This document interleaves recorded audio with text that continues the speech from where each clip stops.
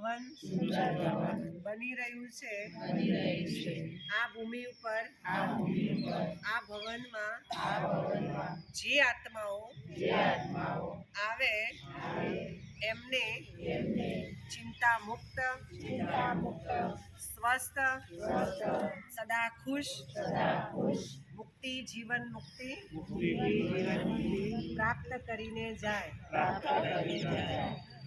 શિવ બાબા આ તારા શિવધામમાં હું રોજ મુરલી સાંભળવા યોગ કરવા માટે સેવા કરવા માટે આવતી રહું।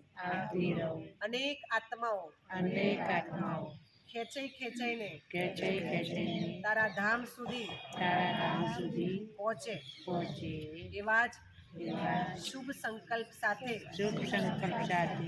बाबा शुक्रिया तेरा लाख शुक्रिया।